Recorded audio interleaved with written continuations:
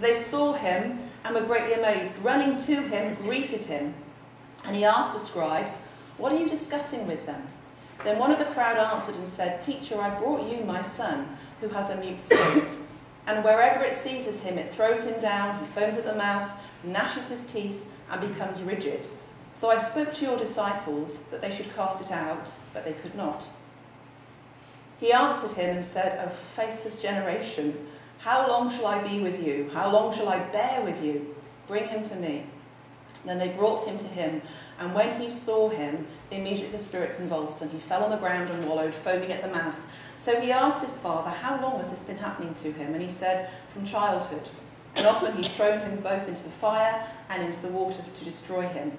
But if you can do anything, have compassion on us and help us." Jesus said to him, "If you can believe, all things are possible to him who believes." Immediately the father of the child cried out and said with tears, "Lord, I believe, help my unbelief." When Jesus saw that the people came running together, he rebuked the unclean spirit, saying to it, "Deaf and dumb spirit, I command you, come out of him and enter him no more." Then the spirit cried out, convulsed him greatly, and came out of him. And he became as one dead, so many said he was dead. But Jesus took him by the hand and lifted him up, and he arose. And when he had come into the house, his disciples asked him privately. I can imagine them being rather embarrassed and saying, "Why couldn't we cast him out?" And he said to them, "This kind comes out by nothing but by prayer and fasting." First of all, let's look at the disciples. If we look at Peter, James and John, they've just been on the mountain of Transfiguration with him, and it's interesting that those were the three disciples that were most affected in the Garden of Gethsemane. They got the privilege of the mountaintop, but they also got the pain of the death of the cross. And there's a lesson in there that I'm not going to go down the road today, but there's a big teaching in that in itself. But these disciples, up until this point in Jesus' life, had experienced firsthand a whole list of miracles. They'd seen with their own two eyes many, many miracles. Let me just go through some of them.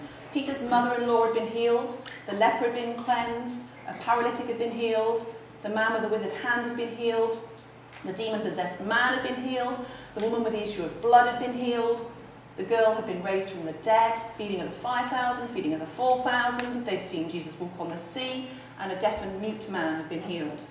Now, if you had been there and you'd seen all of that, how do you think you'd be feeling? He can do anything. We can do anything. And yet, Jesus reprimands them, and he says, if we quickly flip over to Matthew 17, which is the other separate account of this, because I want you to see that it's different from faith. If you go to Matthew 17, let me reread this recording down to verse 21. When they had come to the multitude, a man came to him, kneeling down to him and saying, "Lord, have mercy on my son, for he's an epileptic and suffers severely. For he often falls into the fire and often into the water. So I brought him to your disciples, but they could not cure him." Then Jesus answered and said, "O faithless and perverse generation, how long shall I be with you? How long shall I bear with you? Bring him to me." Jesus rebuked the demon, and it came out of him, and the child was cured that very hour. Disciples came to Jesus privately and said, "Why could we not cast it out?" Jesus said to them, "Because of your unbelief." He didn't say because of your lack of faith. He spoke to the people around him, faithless generation, but when he spoke to his disciples, who he trained and taught and equipped, he said, "Because of your unbelief. For assuredly I say to you, if you have faith as a mustard seed, you will say to this mountain, 'Move from here,' and it will move, and nothing will be impossible for you." So when he's talking about the element of faith, he says you can do all things. But he says, this kind does not go out except by prayer and fasting. And I'll go on to that again later, but just hold that in your memory with regards to prayer and fasting. Because the one thing that prayer and fasting does, it does not change God. It does not move God's hand. You cannot twist his arm by going on a hunger strike. Prayer and fasting changes me. It brings me into his presence. It causes me to start to take authority over my soul and my body, which will always wage war against my spirit. All right, and we're going to have a look now at that element in looking at the Father. Let's go back to Mark 9. Let's just look at this Father. Just thinking of what this Father has seen, as he says, from childhood in his Son. He's watched him foam at the mouth, which is very visual, isn't it? He's heard him gnashing his teeth, which is very audible and visual. He's watched his Son become rigid, again very visual. When the Spirit convulses him, he moves around. I'm sure it was very noisy. This has happened since childhood, so his Father, his memories are full of what he's seen, heard, touched, tasted and smelt with his Son. His Son has thrown himself on the fire. That would smell. There would be a noise. This was not a quiet, silent problem that his Son had. It was very, very intense and happened regularly.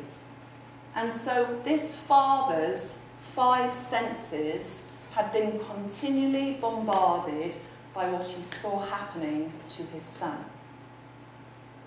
And yet Jesus is not moved by what is happening to the Son. He just commands with authority for the demon to go. Now you and I, in our humanness, are very easily moved by what we see, hear, touch, taste and smell.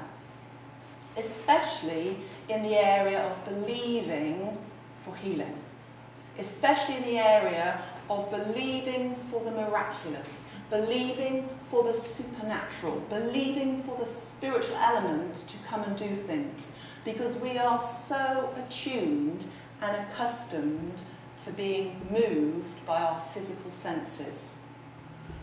It's not, I mean, all my life when I was little at school, I'm sure you were the same. Use your brain, Sarah. Use your brain, Sarah. Use your brain.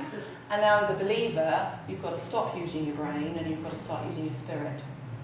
You've got to stop being moved by the logical and being moved by what your body tells you, and you've got to start being moved by what the Spirit says through the Word. And so the Father continually was being bombarded. He was continually looking and seeing in the natural. And yet when Jesus challenges him, because he throws the responsibility back to the Father and says, can you believe? If you can believe, all things are possible. And the Father cries out, I believe, but help my unbelief. And I've come to the understanding that when the Father cried out that I believe, in his spirit man, he believed. And yet, by his 5 senses, he was struggling to believe. Do you understand the difference? Because how many of you are born again? You don't need to put your hands up. And how many of you know that you're saved? How many of you believe that you're saved? But how many of you were there 2,000 years ago and watched him hang on a cross? Because you're looking very good for your age if you were there. Whatever you're taking, I'll have some of it. How many of you were there when Mary went to the tomb and found it empty? How many of you were there when a man approached her and she recognised him as her Lord? How many of you were there when you saw him ascending into glory? None of us were there. None of us saw it with our eyes. None of us heard. None of us tasted. None of us touched. But by faith, what do? We believe. And our walk with him is no different in our healing, in our provision, in our relationships, because everything that he did through the cross, he did that if we believed that he was who he was, that he was the Son of God, in his name we would have eternal life. And just as I believe what he did was the truth, I also have to believe everything else that took place on the cross. Because it wasn't just about forgiveness of sins. That was just part of what he did. He came to give us fullness of life and have restored relationship back to the Father, so that I could step into his presence righteously, with right standing, not as a worm crawling continually, needing forgiveness, but I could come into his presence at any time, any place, anywhere, any day, and not only experience his life in me, but demonstrate his life through me to other people. And so the father recognised who he was and said, I do believe, but help my